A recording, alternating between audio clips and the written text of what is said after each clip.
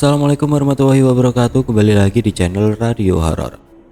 Untuk kisah kali ini masih ada sebuah kisah yang ditulis dari akun Facebooknya Doni Permana. Dan untuk kisah yang akan saya bawakan kali ini yaitu sebuah kisah yang berjudul Siksaan Sang Malaikat Kubur.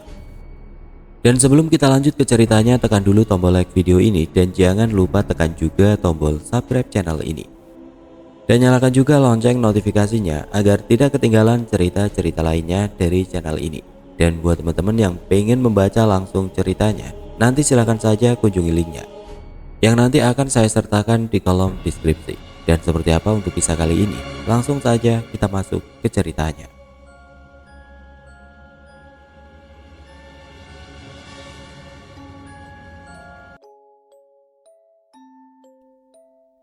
Dengan gampangnya Jul dan kedua temannya menuruti ucapan orang yang dituakan di kampung tersebut. Kubur dirimu, maka kamu akan mendapat semua jawaban yang kau inginkan. Dan memang benar ucapan orang tua tersebut. Hanya beberapa saat ia dikubur hidup-hidup, Jul mendapatkan semua jawaban. Semua kulit tubuh melepuh karena luka bakar, dan semua bagian tubuh dipenuhi luka cambukan. Selama 1 bulan dia tidak bisa bicara karena luka bakar dan sayatan di lidahnya yang sangat parah. Tidak bisa memejamkan mata pula, bahkan kain kafan yang dikenakan pun hampir hangus seluruhnya. Padahal ia dikubur hidup-hidup kurang dari setengah jam, tapi begitu dahsyat kejadian yang ia alami hingga sampai seperti itu. Tolong, ampun, tidak, tobat, tobat, tobat. Suara teriakan Jul saat sudah berada di dalam kubur. Kedua temannya mendengar sangat jelas teriakan Jul. Karena sebelumnya sudah dipersiapkan, Jul masuk ke dalam kubur dengan membawa mic. Jadi jika sesuatu terjadi di dalam, maka kedua temannya cepat-cepat menggali kembali. Dan benar saja semua terpana saat satu persatu papan penutup liang lahat dibuka, menyaksikan kondisi Jul yang sudah tidak sadarkan diri. Kisah ini terjadi di salah satu daerah di Pekalongan dan tahun kejadiannya kurang lebih 1980, dan kabarnya orang yang ada di dalam kejadian masih ada. Karena di saat mudik sebelum puasa buat silaturahmi menemui keluarga, sebut saja namanya Jul, masih sehat walafiat. Walaupun kisahnya bukan dari narasumber langsung, tapi setiap detail cerita dia tahu pasti, karena saya dapat cerita ini dari tetangga samping rumahnya, sahabat dekatnya. Di tahun tersebut Indonesia digemparkan dengan istilah SDSB. Entah apa itu artinya, yang jelas semua orang bisa kaya mendadak asal bisa menebak angka yang akan keluar di malam hari yang disiarkan langsung lewat radio. Kini hal demikian dilarang oleh agama maupun pemerintah Indonesia. Mau kaya, ya kerja. Tidak ada istilah instan untuk mencapai keberhasilan, semuanya butuh proses. Jul beserta 2 kawannya, sebut saja Taryo dan Rahim namanya. Mereka bertiga tergiur akan kaya mendadak tanpa harus bekerja keras. Padahal sawah, tanah yang orang tuanya punya, hampir ludes terjual hanya dipakai untuk memasang angka. Tapi sayangnya setiap angka yang mereka pasang tidak pernah ada yang keluar. Bukannya sadar, melainkan tambah parah kelakuannya. Tambah penasaran, tambah iri melihat orang lain menang taruhan, terutama Jul. Kenapa orang lain bisa menang? Kenapa saya kalah mulu? Ucapnya sendiri di depan teras rumah sambil memegang buku dan pensil. Kerjaannya tiap hari hanya mengotret angka-angka. Dan selang beberapa saat terdengar suara yang memanggilnya. Jul, weh, ngelamun baik, ucap Taryo. Jul hanya tersenyum sambil menggaruk kepalanya. Sudah punya angka berapa untuk dipasang malam ini? Tanya Rahim. Belum punya, otakku mumet ini. Mikirin pasangan yang kalah mulu. Benar depannya, salah belakangnya. Benar belakangnya, salah depannya.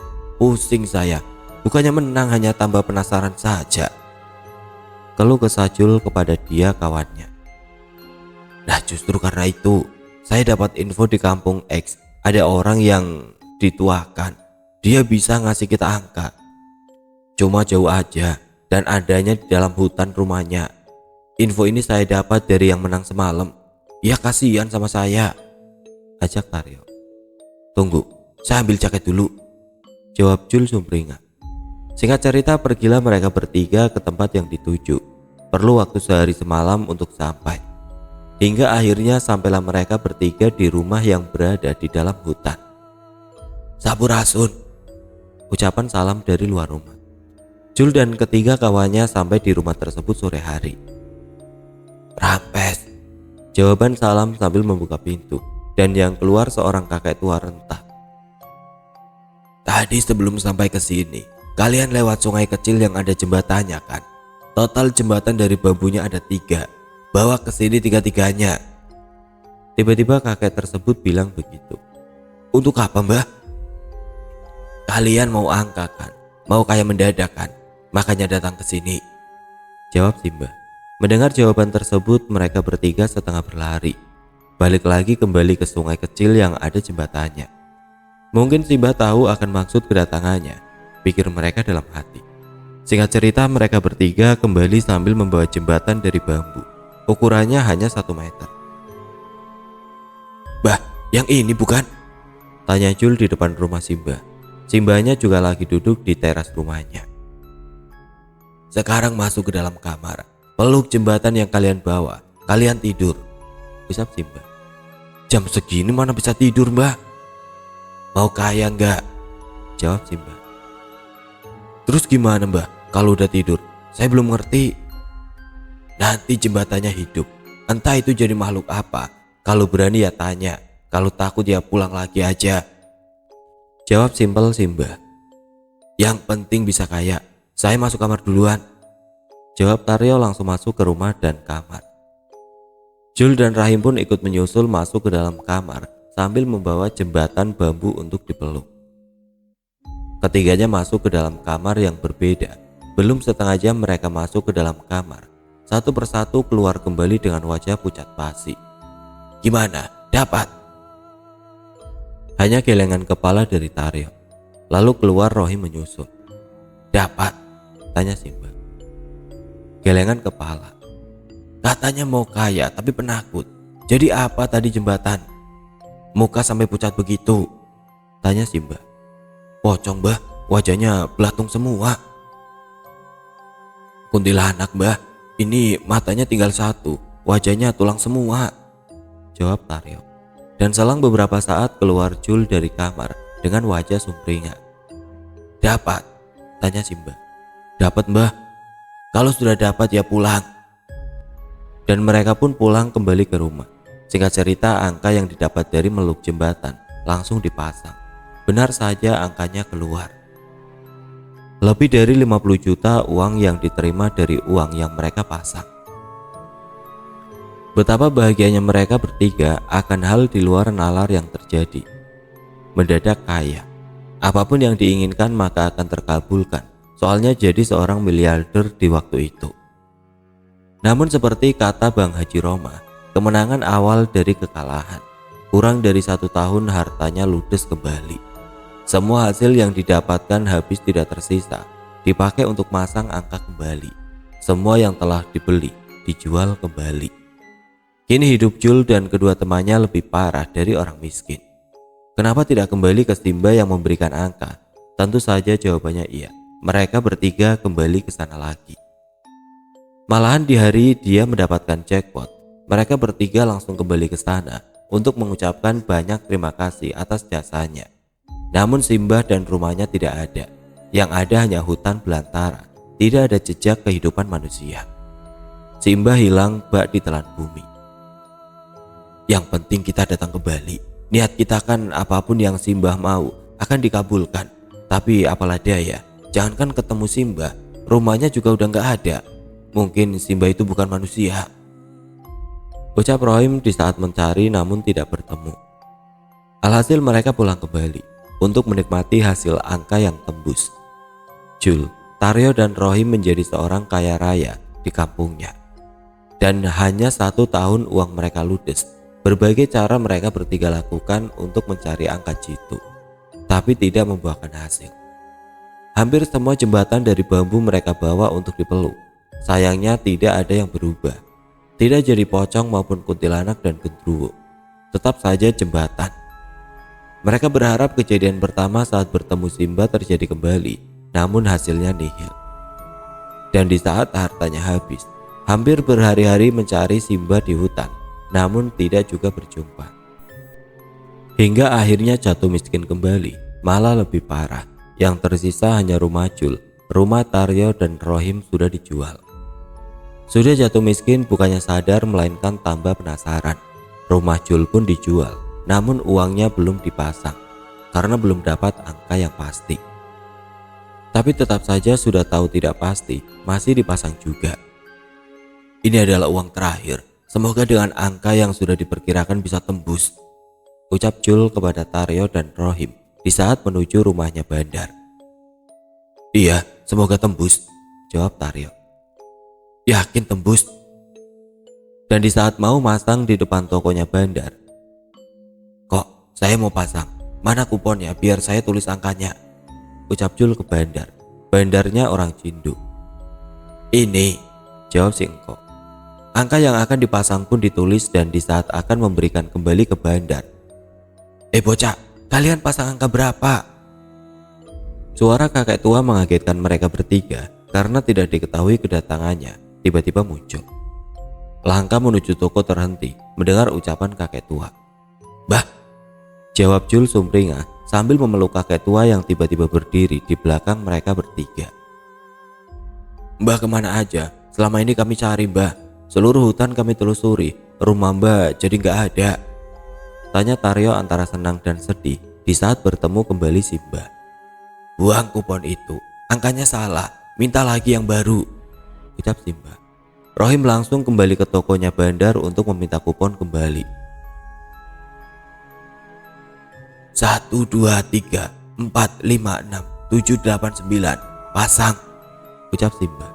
Jul langsung menulis angka yang diberikan Simba, lalu diberikan ke Bandar dengan nominal taruhan yang sangat besar jika tembus. Mbah mau pulang, ucap Simba. Kita antar ya mbah, ucap mereka bertiga barengan, takut kehilangan jejak Simba kembali. Emangnya saya bocah diantar segala, jangan ikutin saya. Rumah saya masih di tempat pertama kali kita bertemu. Tapi mbah, dasar bocah, nurut saja. Kalau mau datang, datang saja ke rumah. Pasti ada sekarang mah, jawab Simba sambil meninggalkan mereka bertiga di depan tokonya Bandar. Jul, Taryo dan Rohim hanya bisa melepaskan kepergian Simba, dan lama-kelamaan Simba sudah tidak terlihat lagi. Singkat cerita, malam pun tiba. Sinyal radio sangat jelas dan acara yang ditunggu pun mulai. Mereka bertiga begitu seksama mendengarkan dan menyamakan dengan angka yang mereka pasang tadi siang. Satu demi satu angka disebutkan penyiar radio. Betapa gembiranya mereka bertiga karena semua angkanya sama. Berarti angka yang dipasang tembus kembali. Alhasil mereka bertiga jadi miliarder kembali dengan cara memasang angka. Setelah uang dari Bandar dicair, langsung mereka bertiga pergi ke rumahnya Simba yang berada di dalam hutan. Tapi sayangnya Simba dan rumahnya yang berada di dalam hutan tidak ada kembali. Semua hanya hutan belantara, tidak ada jejak kehidupan manusia. Berminggu-minggu mereka mencari di dalam hutan tidak juga berjumpa, hingga akhirnya memutuskan untuk pulang. Mereka bertiga dengan hati sedih dan senang. Sedihnya karena tidak bisa bertemu, dan senangnya karena jadi orang kaya raya lagi. Hari demi hari mereka bertiga lalui dengan kebahagiaan. Semua yang dijual bisa dibeli kembali. Yang aneh, hanya setiap masang angka tidak pernah tembus, kalah taruhan yang dipasang. Sempat berpikir untuk berhenti memasang dan hidup normal menikmati kekayaan yang ada, namun setan berkata lain. Terlanjur jatuh terlalu dalam hingga sulit untuk meninggalkan, apalagi harus melupakan. Tidak bisa semudah itu. Ibarat orang yang jatuh cinta dan diputuskan untuk memilih. Singkat cerita, kekayaan mereka bertahan cukup lama, hampir 5 tahun. Tapi seperti sebelumnya, uangnya habis kembali dipakai untuk taruhan. Bahkan di saat terakhir pun, saat semua hartanya habis, yang tersisa hanya kain yang menempel di tubuh. Tidak seperti sebelumnya yang mendapat kebaikan datangnya si Mbah. Kali ini apes, taruhan terakhirnya kalah. Kini mereka bertiga hidup gelandangan. Rumahnya telah dijual dan kalah pula taruhannya. Bukannya taubat atau sadar, malah tambah parah. Mencuri ternak warga, kebun warga, ladang hasilnya dijual. Bukan buat makan tapi untuk taruhan. Untungnya tidak sampai tertangkap. Hingga di suatu ketika saat mereka mencuri ternak salah satu warga, ketahuan yang punya. Mereka bertiga dikejar warga di kampung itu. Dan mereka lari masuk ke dalam hutan di mana rumahnya Simba berada. Dikala itu mereka diam di hutan, berharap bertemu kembali Simba dan mencuri di kampung terakhir sebelum masuk hutan. Mereka bertiga mencuri untuk bekal makan di dalam hutan. Sayang ketahuan warga, untung saja tidak ketangkep karena diselamatkan Simba. Bocah, kesini kalian. Masuk ke dalam rumah, dasar kalian bertiga bocah edan. Tiba-tiba terdengar suara teriakan lantang Simba saat berlari di dalam hutan. Dan benar saja selang beberapa meter berlari dari kejaran warga, ada rumah di dalam hutan. Lampu sintir menyala di teras rumahnya, pintu rumahnya pun sudah terbuka. Masuklah mereka bertiga ke dalam rumah. Pintu rumah tiba-tiba tertutup kembali sendiri. Anehnya, warga yang mengejar tidak bisa melihat rumah tersebut. Semua berkeliling mencari Jul, Taryo dan Rohim sambil berteriak, "Maling, maling, maling!" Suara pentungan yang bersautan dan senter ke segala arah mencari keberadaan mereka bertiga, tapi tidak bisa ketemu. Bocah edan, ucap Simba di dalam rumah sambil memukul kepala mereka dengan tongkatnya. Aduh, ampun mbah, ucap mereka bertiga hampir barengan. Krak, jendela rumah dibuka sama Simba. Jangan dibuka mbah, nanti kita ditangkap warga. Anehnya semua warga hanya terus mencari dan mencari. Padahal Jul dan kedua kawannya, begitupun Simba di dalam rumah. Seakan semua warga tidak bisa melihat rumah, padahal halamannya luas dan dipagar pula. Dan ada lampu sentir yang menyala di teras rumah maupun di pagar rumah. Hampir seluruh hutan ditelusuri warga untuk mencari maling yang lari ke dalam hutan, namun tidak juga ketemu. Hingga akhirnya warga pun kembali ke dalam kampung. Jul, Taryo dan Rahim menghela nafas lega melihat warga yang balik lagi. Hampir 1 bulan lebih kita cari mbah di rumah di hutan ini, tapi kenapa tidak ada? Tanya Jul setelah beberapa saat. Mbah, lihat kalian, sama seperti kalian melihat warga yang tidak bisa melihat rumah maupun mbah, jawab Simba. Sebenarnya mbah bangsa manusia atau bukan sih? Tanya Taryo. Penting, jawab Simba simpel. Dari pertama kita ketemu mbah, dan kedua kalinya juga setelah bertemu. Besoknya kita langsung datang ke sini untuk mengucapkan banyak terima kasih, jelas Rohim. Mbah tahu kok. Terima kasih mbah telah menyelamatin kita lagi. Miskin lagi? Tanya Simba. Kini kita gelandangan mbah, lebih dari miskin. Saya harap mbah bisa bantu kita lagi, ucap dan permohonan Jul. Mbah gak bisa bantu. Kesempatan tidak datang untuk ketiga kalinya. Kenapa tidak dipergunakan sebaik mungkin? Pikir baik-baik yang telah terjadi manusia, jawab Simba sambil menggelengkan kepala. Sejenak percakapan hening, karena mereka bertiga seakan menyesali semua yang telah terjadi. Ini permohonan kita yang terakhir kalinya mbah. Saya mohon dengan sangat apapun akan saya lakukan, pinta Jul sambil memeluk kaki Simba. Iya mbah. Taryo dan Rahim ikut memeluk kaki Simba. Siap akan semua risikonya, karena Tuhan akan sangat marah, jawab Simba. Siap mbah. Jawaban spontan yang langsung keluar dari mulut mereka bertiga. Yakin, ucap Simba lagi. Anggukan kepala menandakan keyakinan mereka bertiga. Kubur dirimu hidup-hidup, layaknya orang yang sudah meninggal. Dimandikan dulu pakai kain kafan, papan, semuanya harus lengkap, jelas Simba. Dengan polosnya mereka langsung mengiyakan.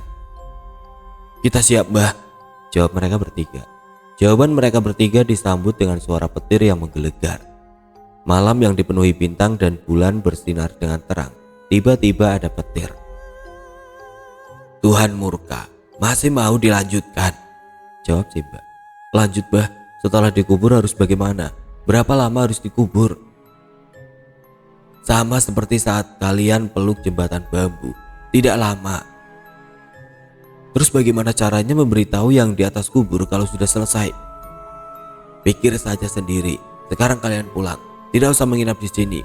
Warga kampung tidak akan ada yang melihat kalian, ucap Simba. Setelah mengucapkan terima kasih, pulanglah mereka bertiga dari rumah Simba dan hutan tersebut. Keyakinan mereka bertiga terhadap ucapan Simba tambah percaya, karena di saat melewati kampung yang dicuri ternaknya, warga masih berkerumun. Anehnya, semua warga yang ada di pos ronda untuk berjaga sama sekali tidak bisa melihat mereka bertiga. Kita harus cepat-cepat kerjakan apa yang dikatakan Simba. Buktinya, semua warga tidak ada yang melihat kita, ucap Jul saat melewati warga yang berada di pos ronda. Iya, benar Jul. Benar Sakti Mbak ini. Semua warga tidak bisa melihat kita. Singkat cerita, di keesokan harinya setelah sampai kembali di kampungnya, semua perlengkapan telah disiapkan. Kain kafan, sabun mandi untuk mayat, liang kubur yang telah digali, papan penutup liang lahat, padung tanda orang meninggal telah siap, tinggal siapa yang akan dikubur. Jul, saya dan Rahim di waktu pertama saat meluk jembatan gagal. Bukannya tidak mau kalau di antara kita berdua gagal gimana? Lebih baik kamu aja Jul, gimana menurutmu? Ucap Taryo. Iya Jul, bukannya gak mau, tapi saya penakut. Tidak usah khawatir, kan sudah disediakan mic. Jadi apapun yang terjadi, kita berdua akan langsung gali kembali liang kuburnya, jelas Rahim. Jadi tanda untuk memberitahu yang di atas kubur dengan menggunakan mic. Ya, biar saya saja yang dikubur hidup-hidup, jawab Jul. Singkat cerita, Jul dimandikan mereka berdua layaknya mayat yang baru meninggal. Setelah mandi langsung dipakaikan kain kafan, benar-benar seperti orang yang meninggal. Setelah semuanya siap, dimasukkanlah Jul ke dalam liang lahat. Taryo mengumandangkan azan sebelum papan penutup liang lahat dipasang, dan setelah azan selesai, dah! Suara petir menggelegar seakan Tuhan sangat tidak setuju dengan apa yang mereka lakukan. Bukannya berhenti, tapi masih saja melanjutkan. Papan satu persatu dipasang, mic sebagai tanda ikut dikubur juga. Tanah perlahan menutup Jul, hingga akhirnya menutup seluruhnya liang kubur. Dan setelah padung atau tanda orang meninggal ditancapkan, ampun, tobat, panas, tolong, tidak. Suara Jul terdengar meringis kesakitan. Ambil hikmahnya dan buang mudorotnya. Hidup hanya sementara, jikapun dikasih umur lebih, itu hanya bonus dari Tuhan.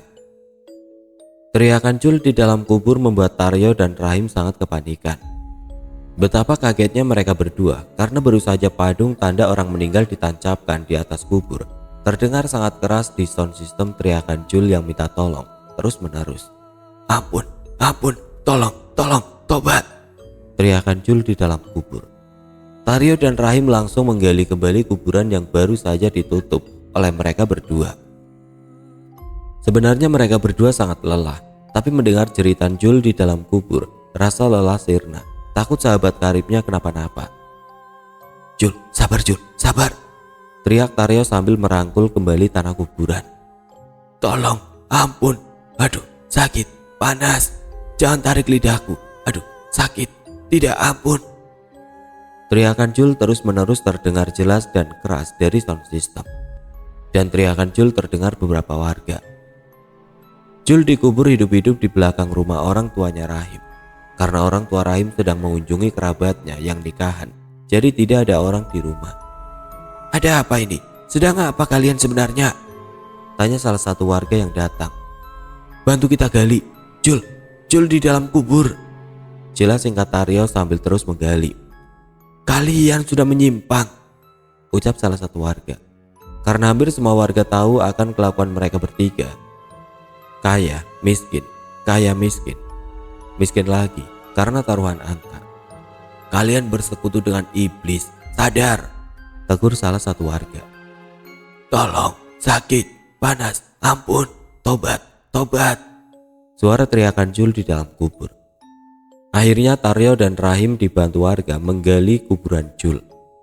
Dan di saat tanah yang digali mendekati papan penutup liang lahat, warga yang membantu menggali loncat ke atas liang kubur. Tanahnya berubah jadi sangat panas, bahkan sampai keluar asap dari dalam tanah. Lihat kelakuan kalian, Tuhan murka, ucap salah satu warga marah. Tolong, panas, tobat, Teriak Jul sangat lirih dan tidak terdengar lagi. Setelah beberapa saat mengumpulkan keberanian, Taryo dan Rahim masuk kembali ke dalam liang kubur. Mereka berdua tidak tega kalau hanya melihat dan mendengarkan penderitaan Jul. Mbak Cacing kepanasan tingkah Taryo dan Rahim saat masuk ke dalam liang kubur karena tanah yang diinjaknya sangat merah membara dan mengeluarkan asap yang mengepul. Rahim naik kembali ke atas karena luka bakar parah di kakinya. Malahan kakinya juga hampir meleleh karena menginjak tanah yang sangat panas. Tapi Taryo tidak naik ke atas kubur. Dia menahan rasa panas di kakinya untuk menyelamatkan Jul. Dan di saat papan penutup liang lahat terlihat, cangkulnya patah. Betapa kagetnya Taryo, Rahim dan warga. Papan kayu yang gosong bahkan masih ada yang merah membara, namun tidak mengeluarkan api.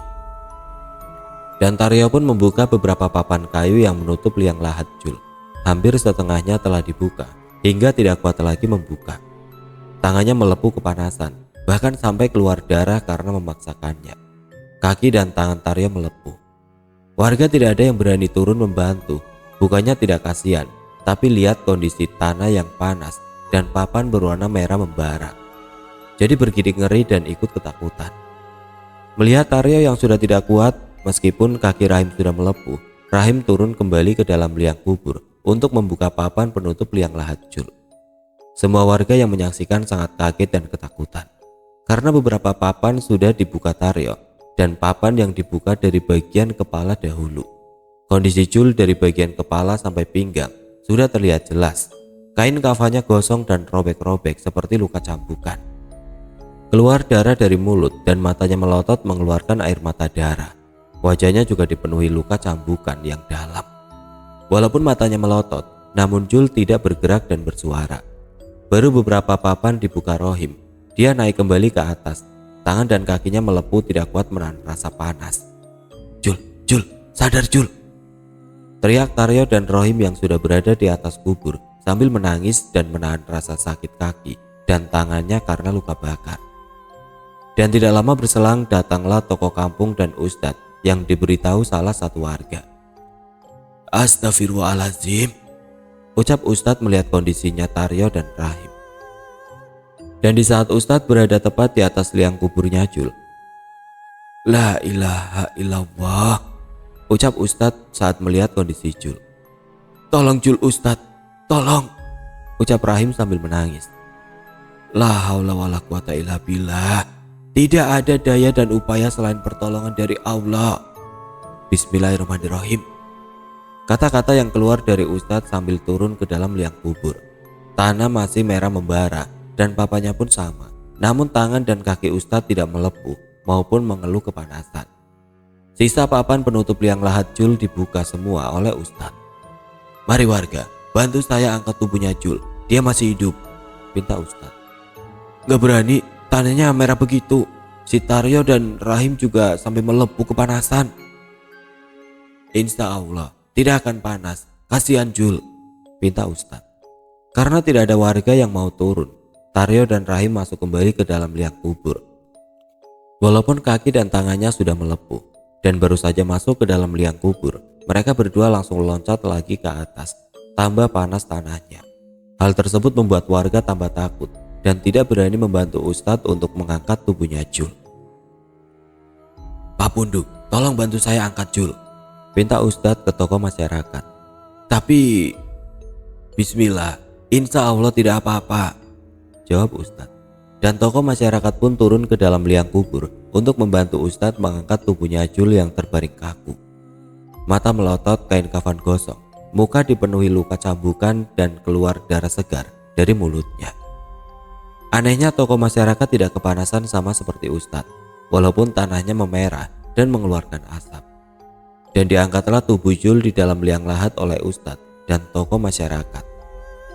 Singkat cerita, tubuh Jul dibawa ke dalam rumah. Saat sudah di atas liang kubur, masyarakat pun mau membopong tubuhnya Jul. Bau gosong tercium sangat menyengat karena tubuh Jul yang masih mengeluarkan asap. Tidak henti-hentinya warga yang ikut membantu beristighfar. "Semoga kalian bertiga sadar. Tobat yang dilakukan kalian ini menyimpang," ucap tokoh masyarakat. Hanya tetesan air mata yang keluar dari Taryo dan Rohim sambil menahan rasa sakit luka bakar di kaki dan tangannya. Hampir semua warga menyudutkan perbuatan mereka bertiga. Sudah, ini adalah bukti kekuasaan Tuhan, dan Tuhan masih sayang kepada mereka bertiga. Dan hasil dari kejadian ini bukan hanya untuk mereka saja, tapi sebagai contoh buat kita semua. Semua perbuatan yang benar dan salah akan diberikan balasan. Ini adalah bukti perbuatan salah.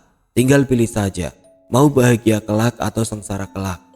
Beruntung Jul masih bisa dibantu. Tapi jika di antara kalian kelak sudah meninggal, tidak akan ada yang membantu selain amal perbuatan kita sendiri saat di dunia. Jelas Ustadz sambil membuka kain kafan gosong yang melekat di tubuhnya Jul saat sudah dibaringkan di rumah. Semua terdiam mendengar penjelasannya Ustadz, dan setelah kain kafan seluruhnya dibuka, Allahu Akbar, Allahu Akbar, Allahu Akbar, jerit tangis Ustadz. Warga yang menyaksikan kondisinya Jul saat dibuka kain kafannya, hampir seluruh tubuh Jul dipenuhi luka cambukan yang sangat dalam, dan kulitnya melepuh karena luka bakar. Tolong ambilkan air, saya mau mandikan Jul.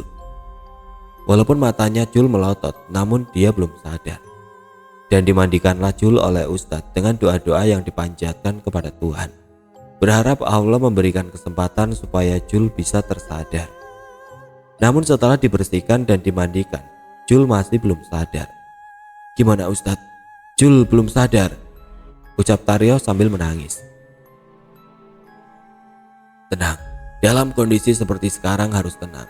Pasrahkan semuanya kepada Tuhan. Setelah diam sejenak seakan melamun Ustadz tersebut, tiba-tiba mendekati telinganya Jul, lalu mengumandangkan azan yang sangat menyayat hati buat yang mendengarnya. Dan keajaiban pun terjadi di saat Ustadz selesai mengumandangkan azan.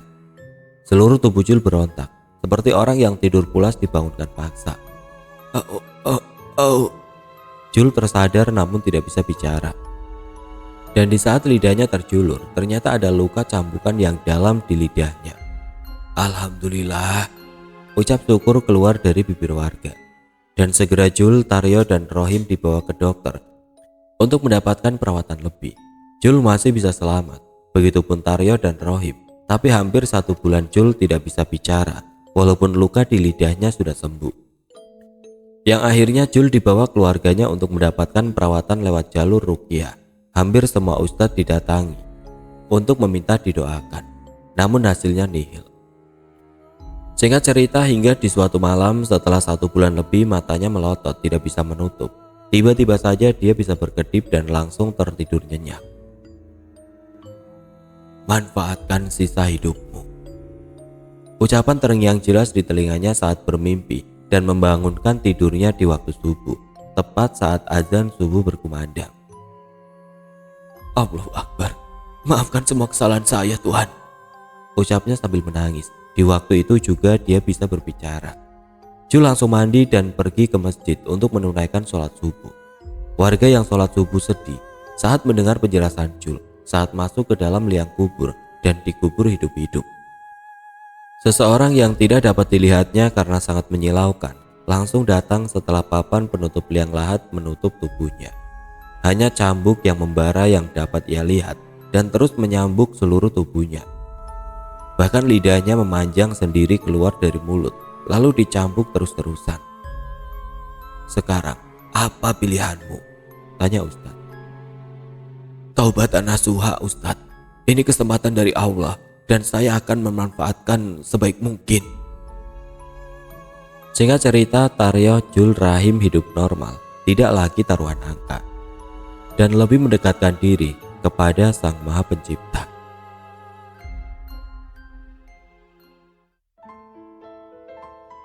Oke teman-teman, sekian untuk kisah kali ini. Semoga apa yang sudah saya sampaikan dalam kisah ini dapat dijadikan pembelajaran untuk kita semua. Dan buat teman-teman yang baru bergabung, jangan lupa untuk like, komen, share, serta subscribe channel ini. Dan nantikan kisah-kisah horor berikutnya tetap di channel Radio Horor. Wassalamualaikum warahmatullahi wabarakatuh.